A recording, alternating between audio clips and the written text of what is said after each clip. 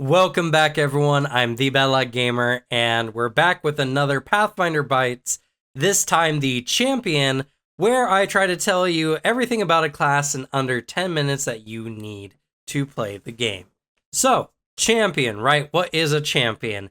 A Champion is a support martial class that's biggest features are its ability to negate damage to their allies, their high defenses, and their ability to heal their allies or give other beneficial buffs. So, what makes a champion specifically? Well, there are three major parts to the champion. There are the deity and cause that you follow, there is their legendary defenses, and there are their divine allies. So, let's talk about the deity they follow. So, the deity they follow, you must be in alignment that matches one of the alignments allowed by that deity that follows them. This is available on most deities' pages you can find on Archive and Nethys. It's somewhat important to pick one that matches the ideals you're looking for, and obviously the champion can only select either good or evil alignments, so no neutral champions, unfortunately. So make sure that when you're picking a deity, they allow for either good or evil alignments. Now, as their champion, you do become trained in whatever their weapon is, and if it is an uncommon weapon, you still get that trained proficiency and access to that weapon, which is pretty cool. Not only that, but if it is unarmed strikes, or if it is a simple weapon, you actually increase the damage by one step up to a D12 if the weapon is a D10, which is pretty cool. The last thing the deity really can offer your champion, other than obviously your core tenets and causes, is the fact that with feats, you can pick up their initial and advanced domain focus spells. This allows you to, one, get more focus points for lay on hands, which I'll talk about here in a moment, but not only that, you can actually get some decent spell casting, as your spell casting does level up a bit with your class, though I do recommend, since you're not playing a full caster, that whatever domain spells you do pick up, you pick ones that predominantly buff you or your allies, as that's honestly where you're going to get the most bang for your buck. Now, much more important than your deity, which I find silly, but, mechanically speaking, important to your character are the causes that you pick. Now, I did mention earlier, there are no neutral champions, and not only that, your alignment must match exactly to the alignment of the type of champion you are. Now, whether you like this or not, that's something that you can work out with you and your GM. I'm just going by what's written in the book. I'm all for players expressing their characters however they want through the game, though do remember that you do have tenets and it's a core feature that you need to follow, and a lot of them are to do good and not to do evil, or the reverse if you're from the evil side of the champion side. So either way, it's something that's important to mention, whether you like alignments or not. That's just how the game is written. Now, all good champions get access to Lay on Hands. Lay on Hands is actually one of the best healing spells in the game because it's a focus spell, which means that after a combat, as long as you can rest for 10 minutes, you can get a focus point back and you can get healing, which, yes, does mean that you do get access to infinite healing outside of combat as long as you have the time to do so, which might vary depending on where you're going or what you're doing, but it is 10 minutes per heal. It's a very good heal, though. It does 6 HP per heightened level of the focus spell, which is a lot, honestly. And not only that, but your ally gets a status bonus to their AC for one round. And it's not just +1, it's actually +2 AC. This stacks with characters who are using shields or other things that boost with circumstance bonuses, meaning you can make your team very hard to kill, and it's a very, very good focus spell. Now I'm going to go into the causes for the good side of things, and then I'll go into the evil side, and we'll continue on. I'm not going to do too long because obviously it's a 10-minute video, but yeah, I don't need to explain. So before we get into it, though, just remember, all the good champions, when they use their reaction, they negate an amount of damage equal to their level +2, making them very solid for defending their allies. Beyond that, each of the different causes of good champion and evil champion do something different with the reaction. The Paladin cause is the Retributive Warrior. Their reaction allows them to strike an enemy, and when they eventually exalt, they allow all of their allies within 15 feet within reach to use their reaction to strike the enemy at a -5. Many of their feats are revolved around striking the enemy with at range, or for instance, doing some other benefits. The Paladin is more focused on dealing damage back to those who dare hurt their allies. The Redeemer cause is one that does negative debuffs to enemies that dare attack their allies, making them less likely to choose to attack their allies, or even when doing so, doing less damage and taking a pretty serious -2 enfeebled status penalty. When the Redeemer eventually exalts, they can actually provide resistance to all allies within 15 feet of them, making them good against area damage. When you're looking at Redeemer feats, they're doing a lot of actions that debuff enemies or make them less likely to target their allies. The Liberator champion is all about freeing their allies from any kind of restraining, immobilizing, or even paralyzing effects.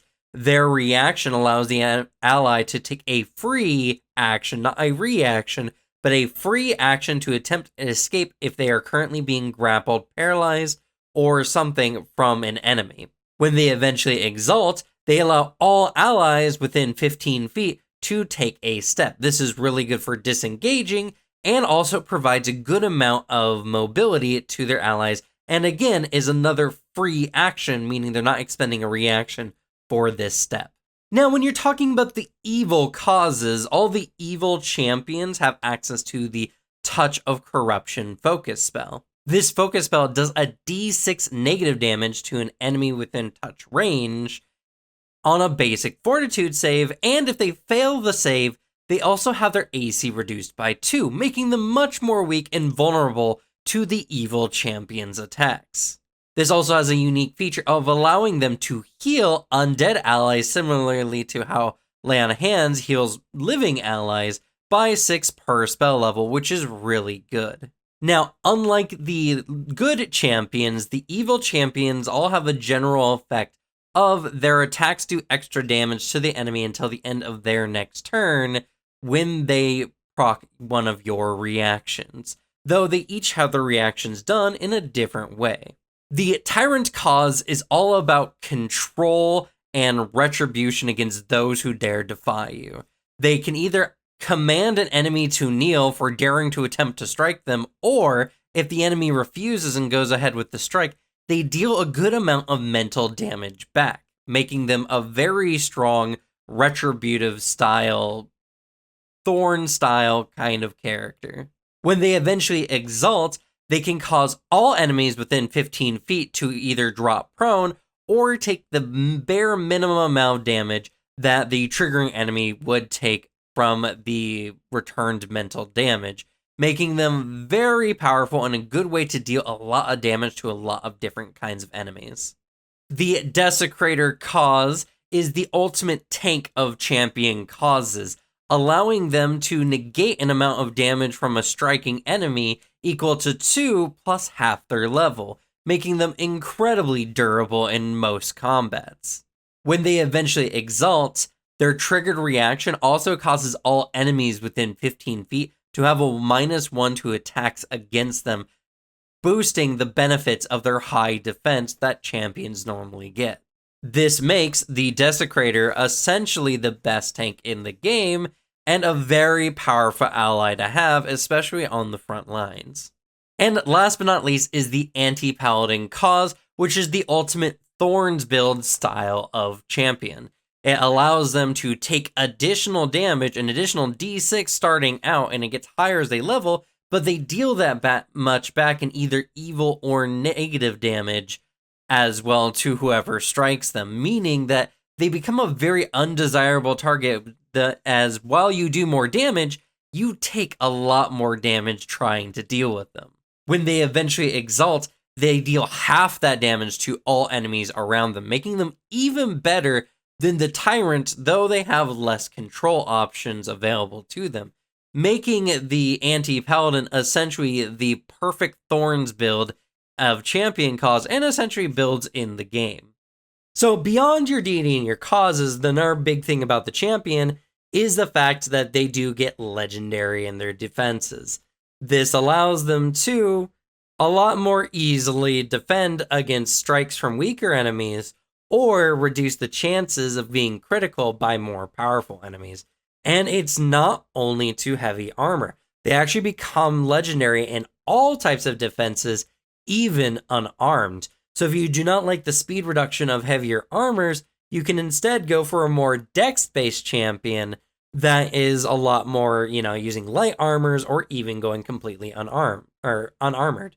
But I will say, if you want to get the most AC possible and have the highest AC in the game, you're going to want to go with heavy armors, as they do have the highest item bonus you can get. Now, last but not least, another important part, and honestly one of the more defining parts of your character specifically, are what divine ally you take.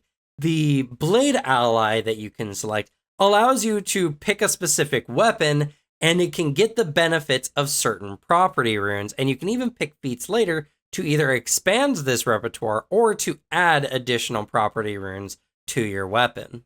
Then there's the shield ally, which essentially means that you get to pick a shield, and the shield that you're wielding gets extra hardness, which is very good for reducing damage.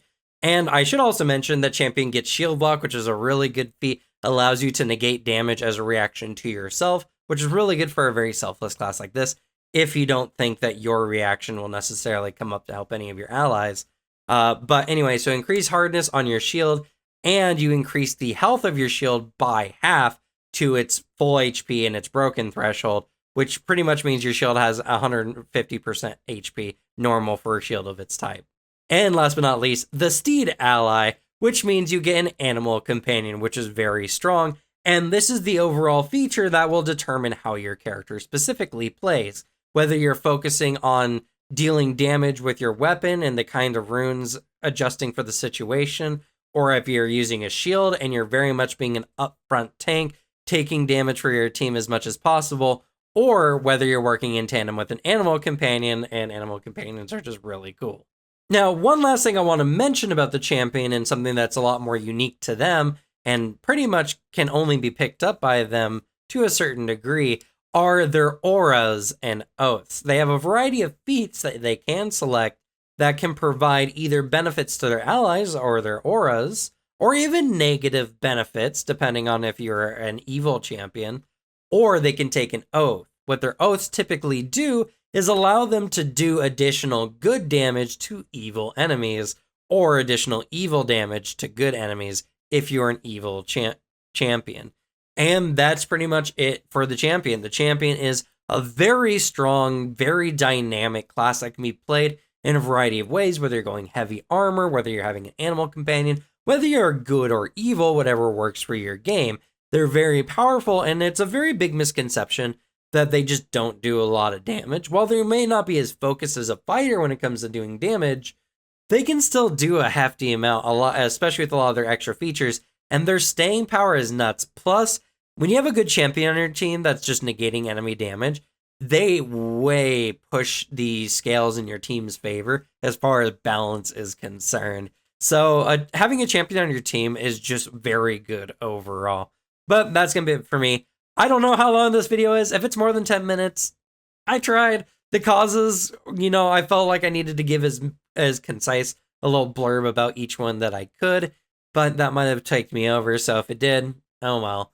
But anyway, thank you all so much for watching. Please smite the subscription button if you want to see more bite-sized videos like this in the future, or join the Discord if you just want to see anything that comes up on the channel. And that's going to be it for me. Thank you all so much for watching. Good luck with your games. Leave the bad luck to me. And I'll see you all next time. Bye.